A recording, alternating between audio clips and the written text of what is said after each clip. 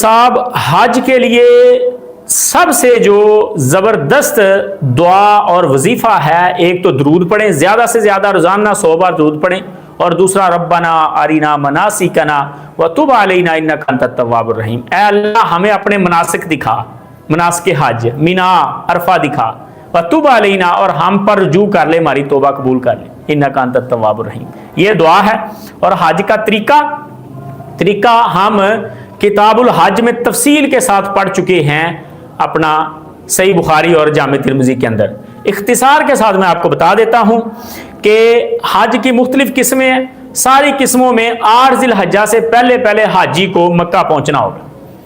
اگر وہ جا کے عمرہ کرتا ہے تب بھی، نہیں عمرہ کرتا پھر بھی 8 ذی الحجہ کو حجی احرام باندھ کے، اگر اس نے پہلے سے باندھا ہوا ہے حج قران کی صورت میں تو ٹھیک ہے، وگرنہ نئے سرے سے احرام باندھ کے اپنے گھر سے باندھ لے، کہیں سے بھی باندھ لے، مینا میں چلا جائے گا، ظہر سے پہلے چلا جائے، مغرب سے پہلے چلا جائے، مینا میں پہنچ جائے گا، جس ٹائم مرضی پہنچ جائے 8 ذی الحجہ کو۔ مینا میں کچھ وقت گزارے گا، شام کا کچھ وقت گزارے گا، رات کے وقت حاجی مینا سے نکلے گا سیدھا عرفات کی طرف، اور 8 ذی الحجہ کی جو رات ہے، یعنی اگلے دن صبح 9 ذی الحجہ ہونی ہے، اس کو عربی میں 9 ذی الحجہ کی رات کہتے ہیں، ہمارے ہاں سمجھا جاتا ہے کہ 8 کی رات ہے، یعنی 8 اور 9 کی درمیانی رات، اس میں حاجی میدان عرفات میں پہنچ جائیں گے فجر سے پہلے میدان عرفات میں فجر سے پہلے پہنچ کے وہاں کھائیں پییں، آرام کریں، اور عرفات کا سارا دن 9 ذی الحجہ کا عرفات میں گزاریں گے،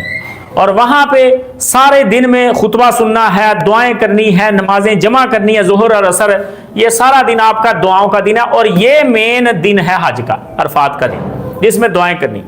اور 9 ذی الحجہ کا یہ سارا دن عرفات میں گزار کے مغرب سے پہلے آپ کو عرفات چھوڑ کے مزدلفہ کی طرف نکلنا ہے،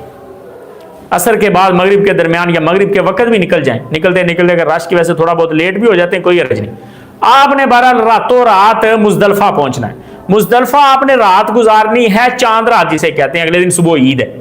یہ رات آپ نے مزدلفہ میں گزارنی ہے۔ مینا میں بھی خیمے ہوتے ہیں، عرفات میں بھی خیمے ہوتے ہیں، مزدلفہ میں خیمے نہیں ہوتے، اوپن سسٹم ہوتا ہے، کیونکہ وہاں دن ٹھہرنا ہی نہیں، کسی نے رات گزارنی، وہاں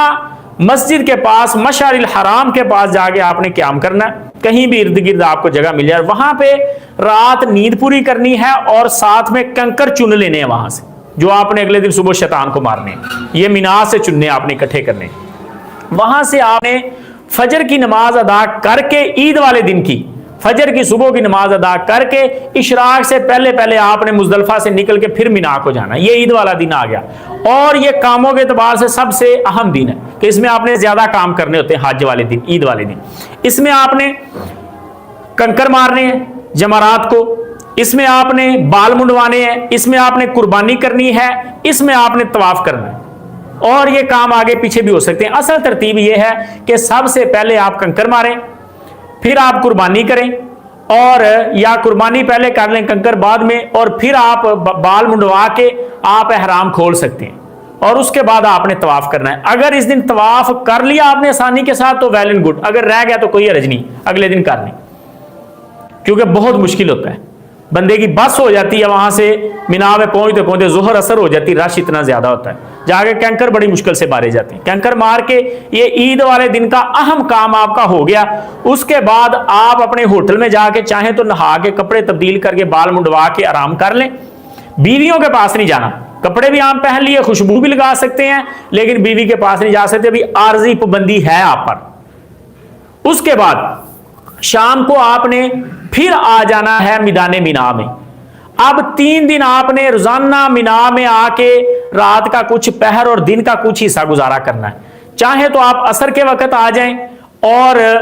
رات 12 بجے چلے جائیں، چاہے تو 12 بجے آ جائیں، فجر کے بعد اشراق کے ٹائم چلے جائیں، چاہے تو آپ اپنے ہوٹل میں رہ لیں اگر مینا کے قریب ہے، چاہے تو آپ مینا کے خیموں میں رہ لیں، آپ کی مرضی ہے، بس مقصد یہ ہے کہ مینا کے اندر آ کے کچھ وقت گزارنا ہے دن اور رات کا، اور کنکر مار دیں۔ جن لوگوں کے عزیزیہ میں ہوٹل ہوتے ہیں وہ مینا کے قریب ہے، وہ اپنے ہوٹل میں ایزیلی سٹے کر سکتے ہیں، کیونکہ آنا جانا آسان ہے، اور جن کے پاس خیمے ہوں وہ خیموں میں سٹے کریں۔ یہ آپ نے 3 دن گزارے، اس کے بعد آپ نے، اور ان میں آپ نیابت بھی کر سکتے ہیں، اگر کوئی بزرگ ہے کوئی عورت ہے تو اس کی جگہ پہ کوئی دوسرا بھی جا کے کینکر مار سکتا ہے، لیکن عید والے دن کے کینکر خود مارنے جا کے۔ اس کے بعد آپ کے ذمے جو طواف تھا، طواف افاضہ، وہ آپ نے کرنا چاہیے، کل دن کر لیا، اگلے دن کر لیا، اس کے بعد کر لیا، اس کے بعد آپ مکہ میں جتنے دن ٹھہرنا ہے ٹھہریں، آپ کا حج مکمل ہو گیا، 13 تک آپ کا حج مکمل ہو گیا۔ اب مکہ میں 10 دن ٹھہریں، مہینہ ٹھہریں، 1 دن ٹھہریں، آپ کی مرضی ہے، جاتے ہوئے پھر آپ نے طواف وداع کر کے مکہ کو الوداع کیا جانا، یہ آپ کا حج ہو گیا ہے۔ یہ حج کا موٹا موٹا طریقہ ہے۔ باقی حج کی 3 قسمیں ہیں، حج تمتع، حج قران اور حج افراد۔ حج افراد میں عمرہ نہیں ہوتا، صرف اور صرف بندہ مکہ جاتا ہے، احرام باندھ کے حج کر کے واپس آ جاتا ہے۔ اور حج تمتع اور قران میں عمرہ ہوتا ہے۔ تمتع میں عمرہ کر کے احرام کھول دیا جاتا ہے، حج کے لیے دوبارہ 8 کو احرام باندھا جاتا ہے۔ قران میں آپ چاہے 1 مہینہ پہلے پہنچ گئے مکہ میں، آپ نے احرام نہیں کھولنا، احرام عمرہ کر کے بھی آپ نے احرام باندھے رکھنا ہے۔ یہ مشکل ترین حج ہے۔ افضلیت کے بارے میں اختلاف ہے، بعض لوگ کہتے ہیں حج قران افضل ہے کیونکہ مشکل ہے، نبی علیہ الصلوۃ والسلام نے کیا ہے، حج قران حضور نے کیا تھا، حضرت علی نے حج تمتع کیا تھا، لیکن ہم یہ کہتے ہیں کہ حج تمتع افضل ہے جو حضرت علی نے کیا تھا، کیونکہ نبی علیہ السلام نے اس کی خواہش کی ہے۔ حضور نے کہا کہ اگر مجھے پہلے پتا ہوتا حج قران کی مشکلوں کا اور حج تمتع کی آسانیوں کا تو میں حج تمتع ہی کرتا۔